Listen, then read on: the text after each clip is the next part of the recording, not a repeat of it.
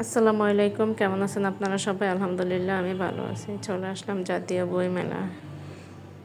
বইয়ের মেলাতে আসতে না আসতেই তো এখানে ভাইয়ারা বাচ্চাদেরকে স্টিকার দেওয়া শুরু করছে। আমার বড় ছেলে ও ছোটো ছেলে অ্যান্ড আমার বোনের ছেলে সহকারে একসাথে ওদের তিনজনকে স্টিকার দিচ্ছে। শুধু এখানে ওদেরকে না, অনেক বাচ্চাদেরকে, অন্যান্য বাচ্চাদেরকে স্টিকার দিচ্ছে ভাইয়ারা।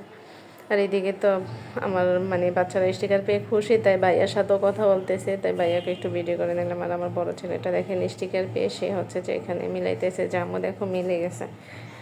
ও এখানে লাগাইতে চাইছিল, পরে আমি বললাম যে না, এখানে লাগিও না, তুমি এগুলো বাসায় নিয়ে যাও, তোমার বই লাগা। আমার বোনের ছেলে আফিফ, সে হচ্ছে বই দেখতেছে। বই দেখাটা ও হচ্ছে যে ছবিগুলো দেখতেছে, তার ছবি পছন্দ হলে সে বইটা নেবে।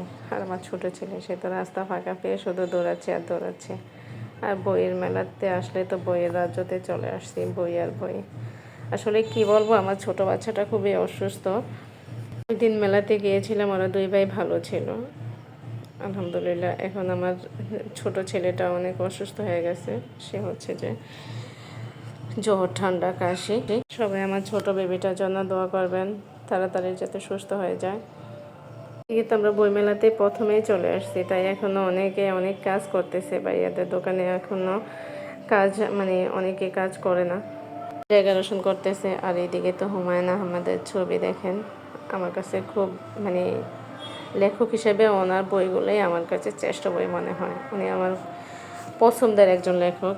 এখানে অনেক ধরনের বই আছে, তারপরে হচ্ছে যে দেখেন হাদিসের বইও আছে, বই আর বই। আর এইদিকে আমার বড় ছেলেটা তার আফিফ ভাইকে বলতেছে, ভাইয়া তুমি এই বইটা নেবা? তখন ওর ভাই না করলো। দেখেন কি করতেছে সে, তার ভাই না করলো কেন, সে আগে দিয়ে একটা বই নিয়ে নিছে, এখন তার ভাইয়ার পালা, তাই ভাইয়ার জন্য ওই বই দেখতেছে। আচ্ছা, আমার ছোট ছেলেটা এদিকে অন্য একটা বাচ্চার সাথে ওই খেলা করতেছে, আর ওই বাচ্চাটাকে বাচ্চার বাবা নিয়ে গেছে। এখন আমার ছেলেটা ওই বাচ্চাটার সাথে দৌড়াচ্ছে, আর ওর বাবা ওকে নিয়ে আসছে, ওর বাবা ছেলে দৌড়াদৌড়ি করতেছে। আর এখানে তো দেখেন বইয়ের কোনো অভাব নাই, বই আর বই। আর এখানে আপুর দোকানে আসলাম, এখান থেকে আমি আমার বাচ্চার জন্য একটা বই নিলাম। আপু বললো যে এই বইটা নিতে পারেন। আর আপু বলতেছে যে আপু আমাদের দোকানের এটা দিয়ে দেন, সবাইকে আসতে বলবেন। তাই আপুর থেকে শোনেন, আপুর দোকানে কিভাবে আসবেন আপনারা সবাই। আমাদের স্টলের নাম হচ্ছে বাবুই প্রকাশনী। আমাদের স্টলের নম্বর 393 থেকে 396, 4 ইউনিটের স্টল। এবং আপনারা যদি মন্দিরের গলি দিয়ে আসেন তাহলেও আসতে পারবেন, ফরওয়ার্ড দিয়ে আসলে সবচেয়ে সুবিধা হবে। এখান দিয়ে আসবেন, টাওয়ারের ডান পাশে বড় বটগাছটা নাম্বার 393 থেকে 396, নালন্দা এবং শব্দশৈলীর অপোজিটে। আচ্ছা আপু, থ্যাংক ইউ। আপুর থেকে আমি বই নিলাম। আপুর ব্যবহারটা অনেক ভালো, বাচ্চাদেরকে অনেক আদর করছে। আর এখানে তো সবাই হাইটা অনেক ক্লান্ত হয়ে গেছে, তাই এখানে একটু বসছে।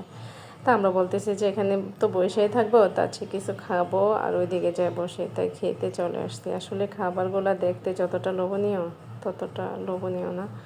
আর এখানে তো বাচ্চাদের সবারই পছন্দের খাবার ফুচকা, চটপটি।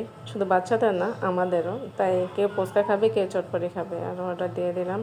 আর এদিকে হচ্ছে যে ওরা তিন ভাই মিলে দৌড়াদৌড়ি করতেছে মাঠ খোলা পেয়ে। আসলে এখানে অনেক জায়গায় এখনও পাকা, আমরা প্রথম আসছি তো, তাই এখনও অনেক ডেকোরেশন কাজ চলতেছে, অনেক ডেকোরেশন বাকি আছে।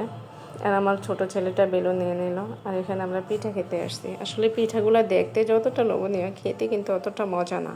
আমরা প্রথমত একটা একটা করে নিলাম, যে দেখি টেস্ট করে দেখবো। টেস্ট করাতেই মনে হয় যে টাকাগুলো একদম বিফলে গেল, একদম বাজে, কী করবো। তারপরও আমরা খেয়ে নিলাম। আর এখানে বাচ্চারা বাচ্চাদের পছন্দ মতো নিয়েছে, আর আমরা বড়রা পিঠা খাবো, পিঠা আমাদের পছন্দ মতো নিয়েছে, কিন্তু পিঠাগুলো অত মজা না। তাই বলছি যে এখানে আর কিছু খাবো না। চটপটি ফুচকা খেলাম, তারপরে পিঠা খেলাম, এখানে কিছুই মজা না। তার চেয়ে আমরা বাহিরে গিয়ে খাবো, এখান থেকে বের হয়ে যাই। আর এইদিকে দেখেন একদম পুরো একটা গাড়ির মধ্যে দোকান দিয়েছে, সুন্দর লাগছে, তাই একটু ভালো করে ভিডিও করে দিলাম। হচ্ছে আমরা আসছি সন্ধ্যার পরে, এখানে আসতে আসতে ঘুরতে ঘুরতে রাত্রে হয়ে গেছে। এখন অনেক দোকানেই দেখি যে বন্ধ করতেছে, তাই আমরাও বের হয়ে যাব। আর যাওয়ার সময়টা একটু ভিডিও করে নিলাম। এখানে তো অনেক ধরনের বই আছে, বই আর বই।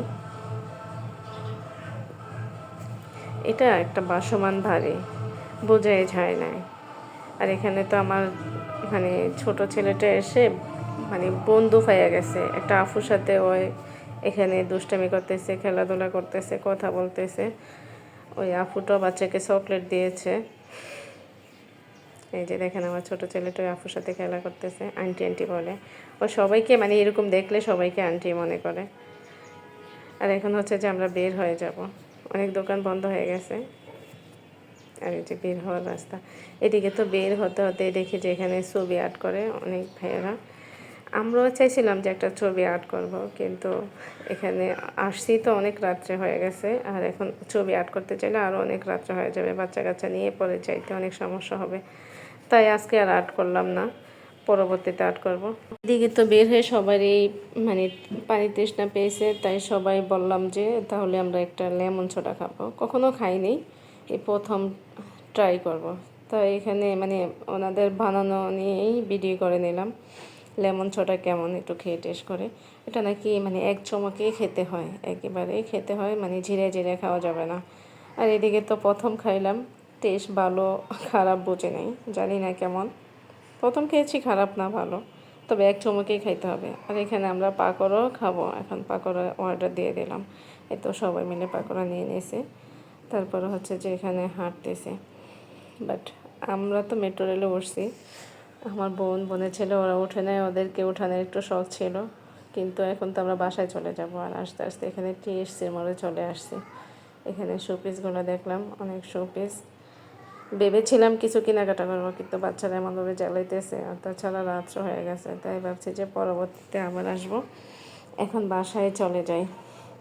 তাই আমরা বাসায় চলে আসতেছি। রাস্তায় দেখেন। আর এখন আস্তে আস্তে আমাদের অনেক রাত্রে হয়ে গেছে।